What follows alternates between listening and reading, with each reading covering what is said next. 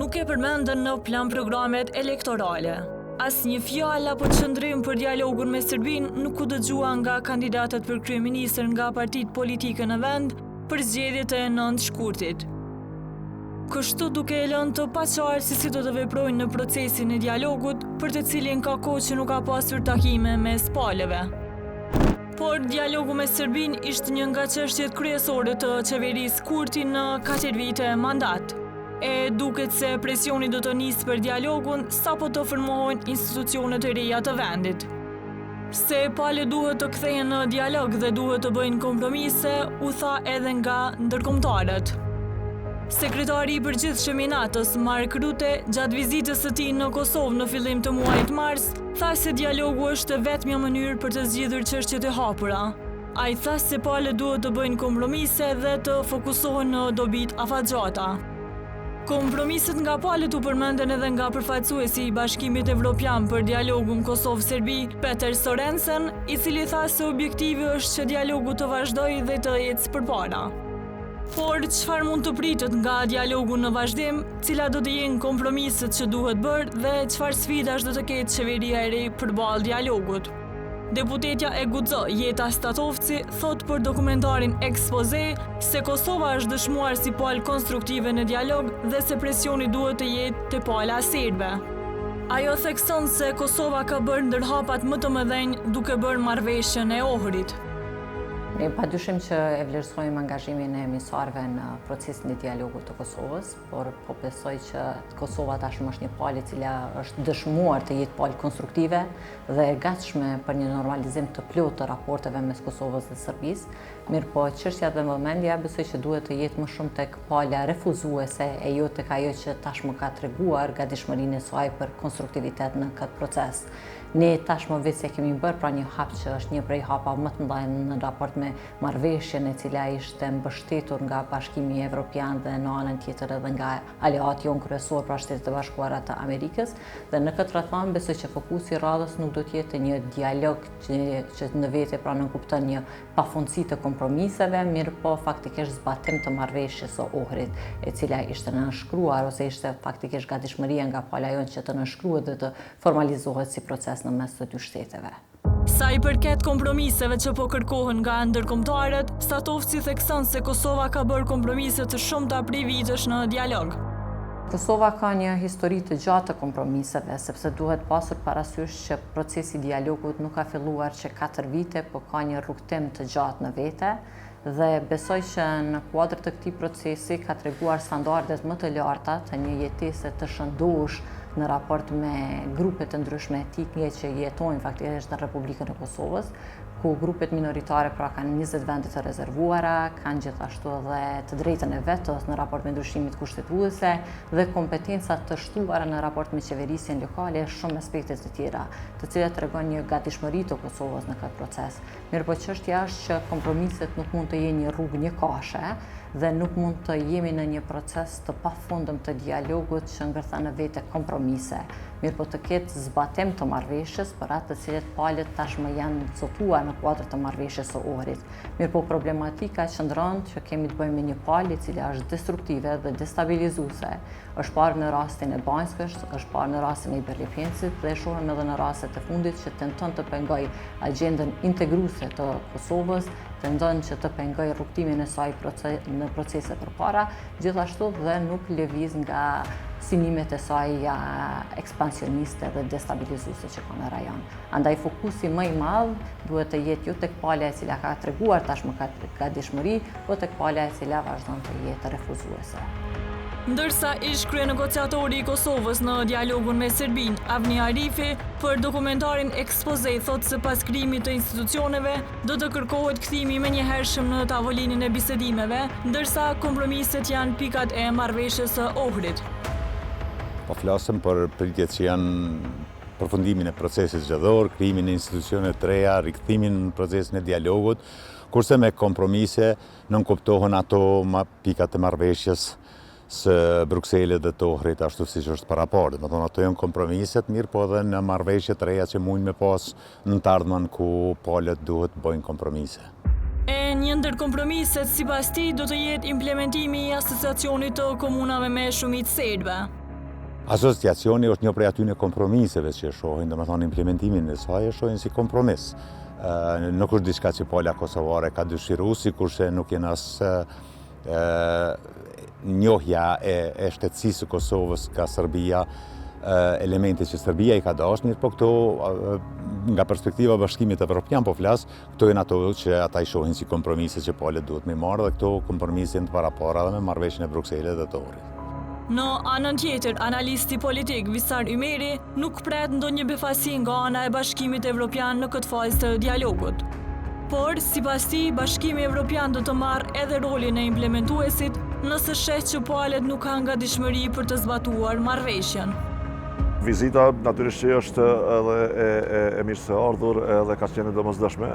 Shumë më mirë kishte me qenë po të kishte ardhur në një vizitë ku do ta kishim qeverinë në funksionale, pra të miratuar deri tash, sepse sa kemi pas procesin zgjedhor.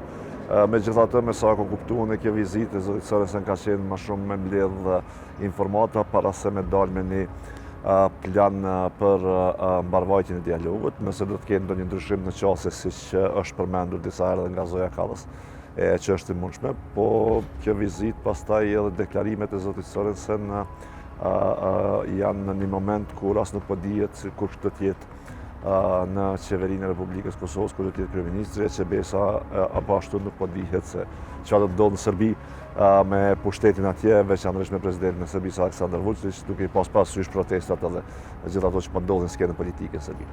Mirë po, këto deklarata, natyrisht janë deklarata diplomatike dhe flasim për një proces të dialogut në të cilin ne pak a shumë i dim të gjitha ato gjëra për të cilat Kosova dhe Serbia janë dakordua përmes marrëveshjes së Brukselit dhe Ohrit, dhe nuk mendoj që në fazën aktuale të dialogut do të ketë ndonjë surprizë së paku jo nga Bashkimi Evropian. Nëse qasja do të jetë që do të varet pak më shumë ose do të bartet një peshë pak më e madhe pra aktivitetit palëve në zbatimin e marrëveshjes, pra në këtë rast Republikës Kosovës dhe Serbisë, kjo mbetet shihet, mirë po ne kemi parë në disa momente në të kaluarën që kjo nuk është se funksionon, sepse nëse i lihet palëve, atëherë asnjëri i palëve nuk ka gatishmëri që të bëj hapa drejt zbatimit të marrëveshjes, kështu që mendoj që Bashkimi Evropian prapë do të detyrohet në farë mënyrë që të marrë rolin edhe të si të them, të garantuesit të implementimit e jo vetëm të ndërmjetësuesit mes palëve. Ndërsa njohësja e çështjeve politike Shqipe Pantina thot për ekspoze se ka qenë e pritshme që pas zgjedhjeve ndërkombëtare të nisin me presion për vazhdim të dialogut.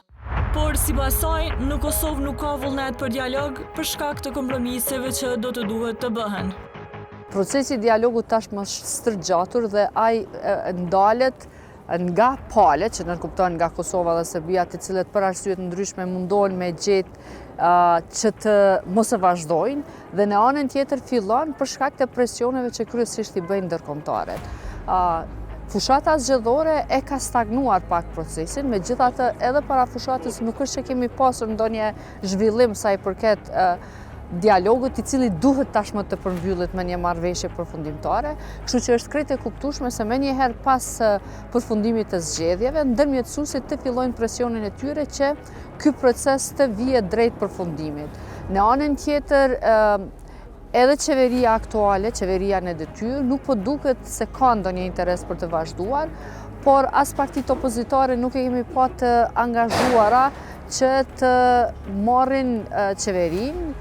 Dhe një nga arsyet mendoj unë është edhe çështja e dialogut edhe marrëveshjes përfundimtare, për cilën si duket nuk ka vullnet në Kosovë për ta shtyrë përpara, sepse marrëveshja do të ketë kompromise. Ndër kompromiset që do të bëhen në dialog, Pantina përmend asociacionin. Ajo që ka dim deri me tani, domethënë kërkesa që është bërë Kosovës është themelimi i asociacionit. Në botë kanë ndruar rrethonat me ardhjen e administratës Trump, kështu që ne nuk e dim se cili është qëndrimi i kësaj administrate. A mbështet edhe ajo planin franko-gjerman, apo do të vijë me ndonjë variant tjetër. Ndonse nuk ka deklarim ende nga administrata. Si duket, procesi sërish do i lihet në dorë Bashkimit Evropian, por nga që ata janë treguar shumë të ngatët në këtë proces, nuk përjashtohet mundësia që Shtetet e Bashkuara të Amerikës të marrin një rol më proaktiv, sidomos i deleguari apo ai që është nominuar nga presidenti Trump për kriza ose për çështjet e hapura në përbotë, që është Grenelle, i cili ka qenë edhe më herët i involvuar në çështjen e dialogut Serbi-Kosovë. Në anën tjetër, ish diplomati Gjergj Dedaj thotë se Serbia duhet ta kuptojë se Kosova është e pavarur dhe ta njohë këtë realitet. Sa i përket marrëdhënies ndërmjet Kosovës dhe Serbisë, de facto dhe de jure ato janë të kryera. Ne mund të funksionojmë vetëm si dy shtete të pavarura, duke respektuar sovranitetin dhe integritetin e kushtetutën e njëri tjetrit, ligjet edhe kështu gjitha tjerat që të kemi një raport bashkëpunimi ndërshtetnor.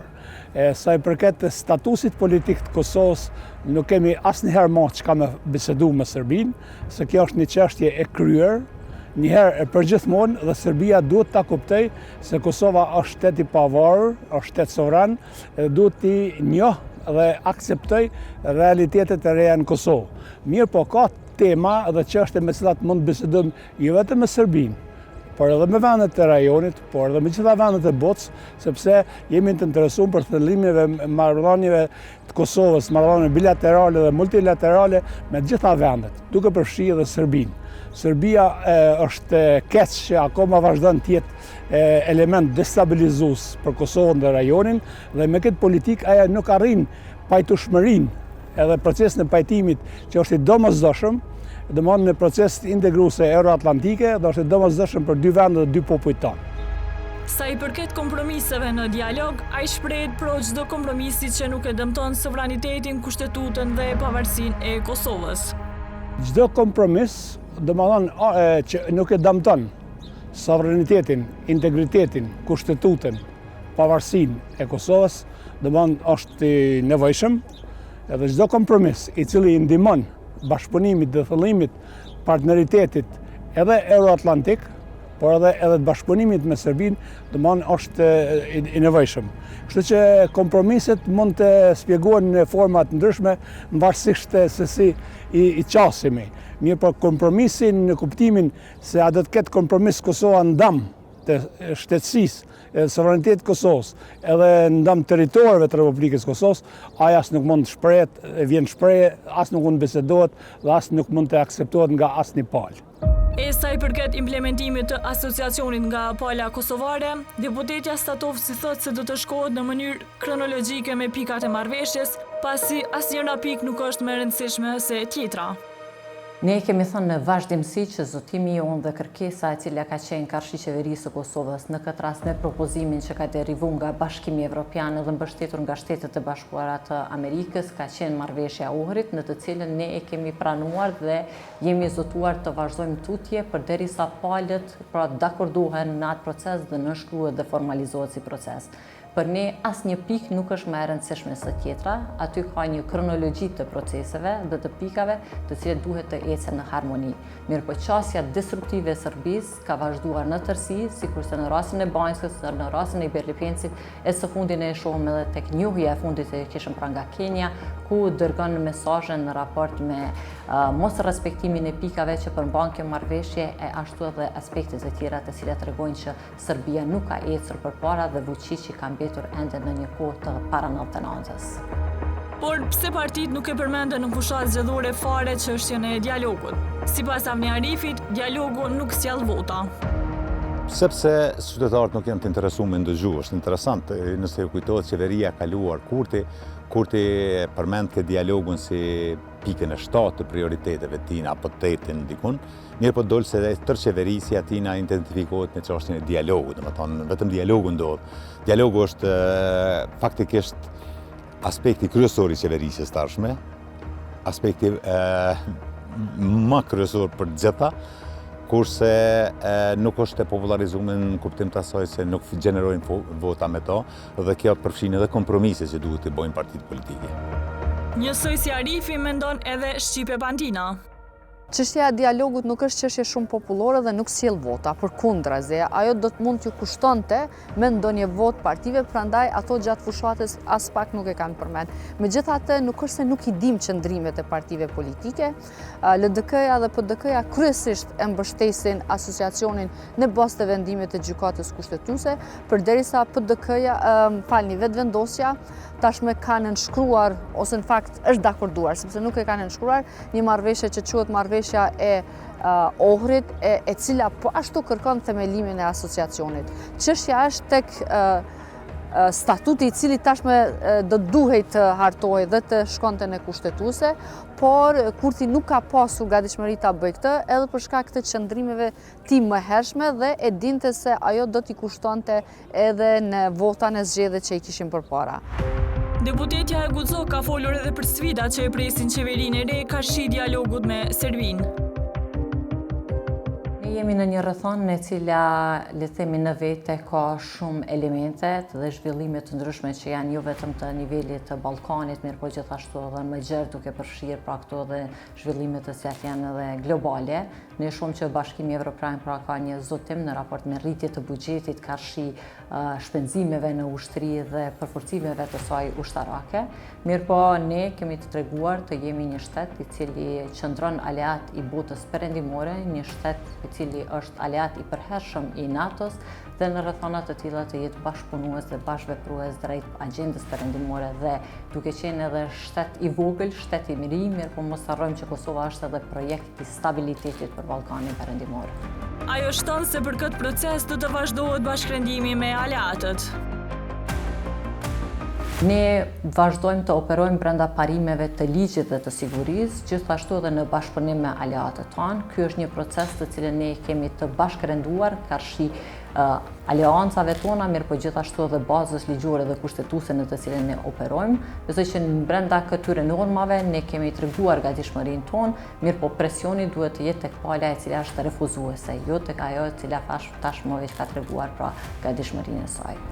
E sipas Arifit, dialogu do të varet nga qeveria që do të formohet në vend.